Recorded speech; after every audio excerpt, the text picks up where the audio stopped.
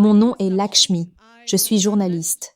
Maintenant, la deuxième question est, les hommes musulmans ont le droit de se marier 4 ou 5 fois, je pense. Et ils n'ont pas besoin de la permission de leur femme, vous savez, de la première femme pour se marier. Je veux dire, corrigez-moi si je me trompe, pour se marier plusieurs fois. Donc, je ne vois vraiment pas de logique à cela parce que je crois qu'il s'agit d'un homme, une femme. C'est l'institution du mariage. Alors, pouvez-vous clarifier cela? Merci. En venant à votre deuxième question, dans l'islam, les hommes se marient 4 fois, 5 fois, et ils ne demandent pas la permission de la première femme. Pourquoi? En ce qui concerne la polygamie, un homme ayant plus d'une femme, l'islam est la seule religion, et le Coran est le seul texte religieux sur terre qui dit de se marier seulement avec une. Il n'y a aucun texte religieux à part le Coran qui dit de se marier avec une seule. Je suis un étudiant de religion comparée, il n'y a pas de verset dans la Bible, pas de verset dans le Bhagavad Gita, pas de verset dans le Veda qui dit de se marier avec une seule, sauf le Coran. Si vous lisez les textes hindous comme le Ramayana, le père de Shri Ram, combien de femmes avait-il? Combien de femmes? Plus d'une femme. Plus d'une femme, 3 femmes. Shri Krishna, selon le Mahabharata, combien de femmes avait-il? Illimité. Pas illimité. Vous ne connaissez pas bien l'écriture. Avait-il 4 épouses? J'en ai aucune idée.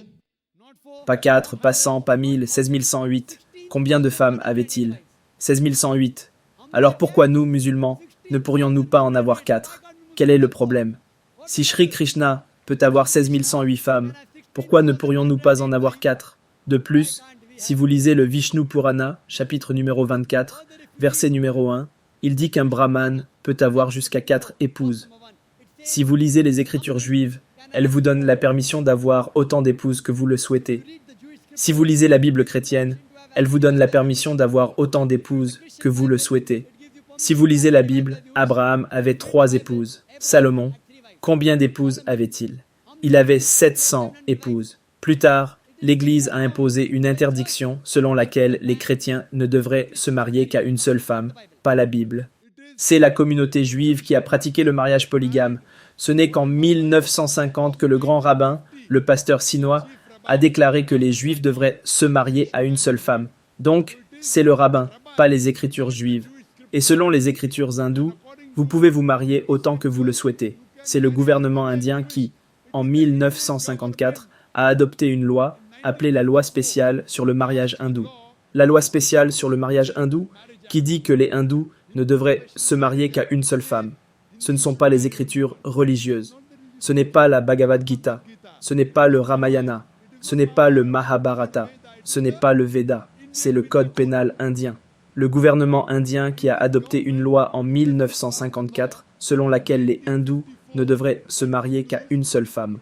Mais selon les statistiques sur le statut des femmes dans l'islam, si vous lisez les documents gouvernementaux à la page numéro 6667, il est dit que les musulmans pratiquent le mariage polygame. Savez-vous quel est le pourcentage en Inde? 4,3%. Combien? En Inde, 4,3% des hommes musulmans pratiquent le mariage polygame. Donc, c'est un pourcentage très élevé. Une statistique entre 1950 et 1961. Les hindous, combien? 5,06%. 0,7% de plus que les musulmans en Inde, selon le gouvernement indien. Même si c'est interdit selon la loi indienne, ils font encore plus de mariages polygames que les musulmans. Pourquoi? Maintenant, analysons ce que dit le Coran. Le Coran dit dans la sourate Nisa, chapitre 4, verset numéro 3, « Épousez les femmes de votre choix par 2, 3 ou 4. Mais si vous ne pouvez pas être juste, alors épousez-en une seule. » Cette déclaration, « Épousez-en une seule » est uniquement donnée dans le Coran et aucun autre texte religieux. Il dit « Épousez les femmes de votre choix par 2, 3 ou 4.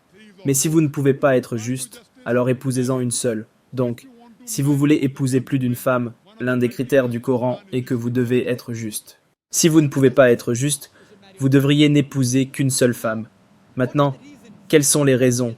Les raisons logiques qu'une personne peut penser pour lesquelles l'islam a permis à certains hommes d'avoir plus d'une femme. Beaucoup de non-musulmans pensent que c'est fard. C'est obligatoire pour un homme musulman d'avoir plus d'une femme, d'avoir plus d'une épouse. Ce n'est pas obligatoire, c'est facultatif. Ce n'est pas fard. Ce n'est pas obligatoire. Combien d'hommes musulmans connaissez-vous qui ont plus d'une femme? Combien en connaissez-vous, sœur? Combien en connaissez-vous? Un peu. Combien? Encore une fois, un peu. 1, 2 ou 3, combien? Je pense à peu près 3. À peu près 3. Avez-vous entendu parler de Dharmendra? Oui. Combien de femmes a-t-il? 2! Musulmans ou non musulmans? Non pas musulmans. Votre précédent chef de ministre, quel est son nom?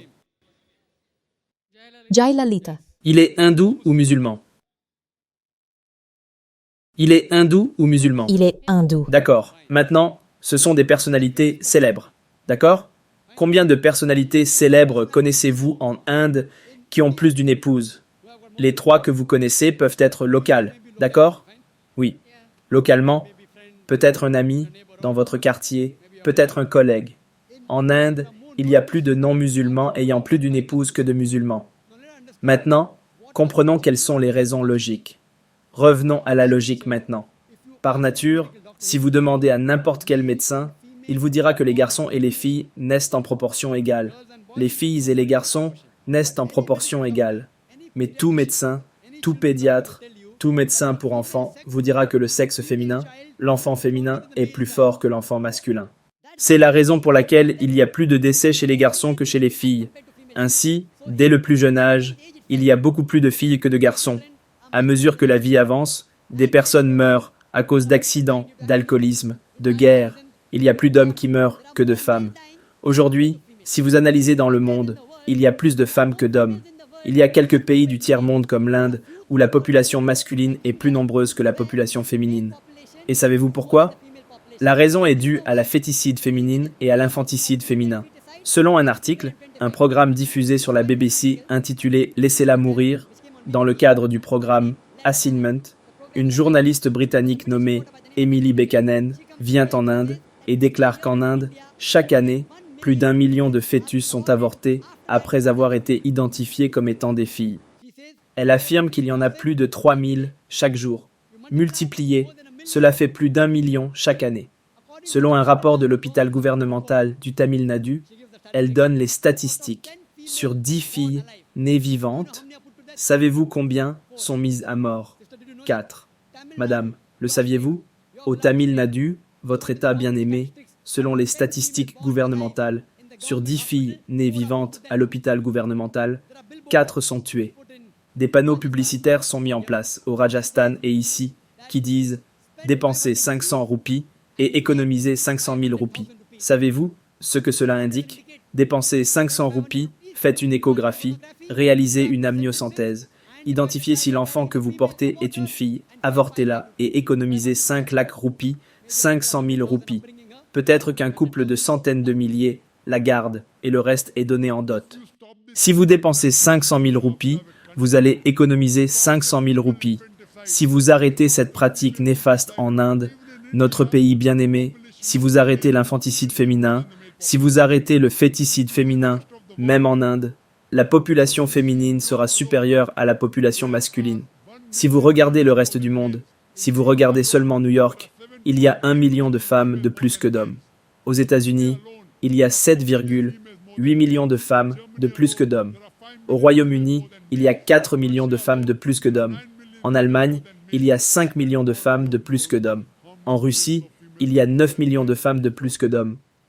Et Dieu seul sait combien de millions de femmes sont plus nombreuses que les hommes dans le monde entier. Supposons que je sois d'accord avec votre philosophie, madame. Vous avez dit un homme, une femme. Si je suis d'accord avec vous, madame, avec votre philosophie, un homme, une femme.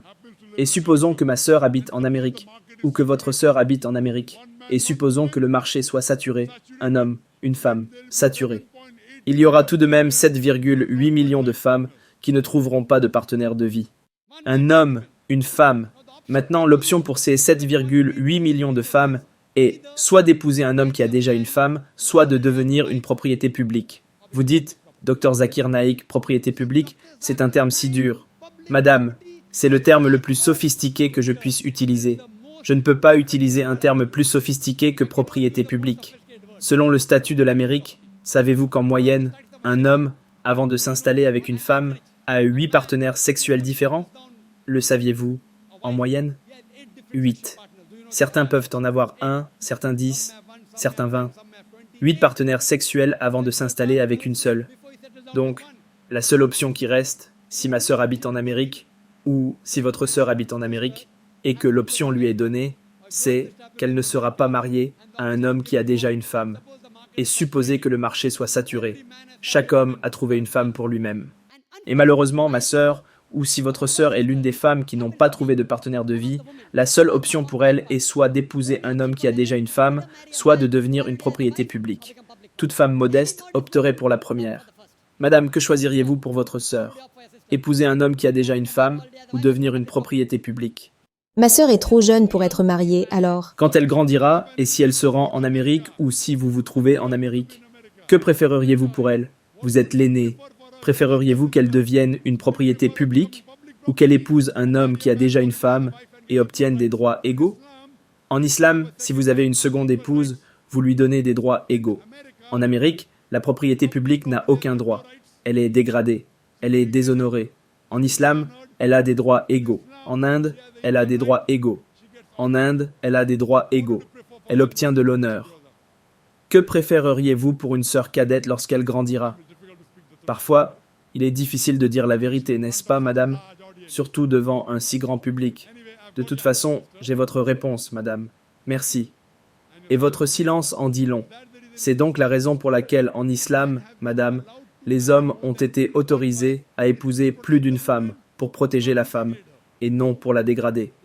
Concernant votre question, sœur, est-il obligatoire que le mari demande la permission à sa femme? Ce n'est pas obligatoire, car si cet homme veut protéger une autre femme, une femme normale, je suis d'accord avec vous, sœur. Aucune femme dans des circonstances normales n'aimerait partager son mari. Vous devez l'admettre. C'est dans la nature humaine. Mais si la femme est une bonne musulmane, une bonne femme musulmane, ce qu'elle dira, c'est de laisser un petit préjudice se produire pour éviter un grand préjudice. Elle dira « Je sais que partager mon mari est une perte pour moi, mais je préfère laisser un petit préjudice se produire pour éviter que ma sœur ne devienne une propriété publique. C'est une bonne personne. » Donc, elle donnerait sûrement la permission à son mari d'épouser une seconde femme, si elle est une bonne femme musulmane. Mais demander la permission n'est pas farde, c'est préférable. Mais au moins, l'informer est une exigence pour qu'il puisse être juste entre les deux. J'espère que cela répond à votre question, sœur.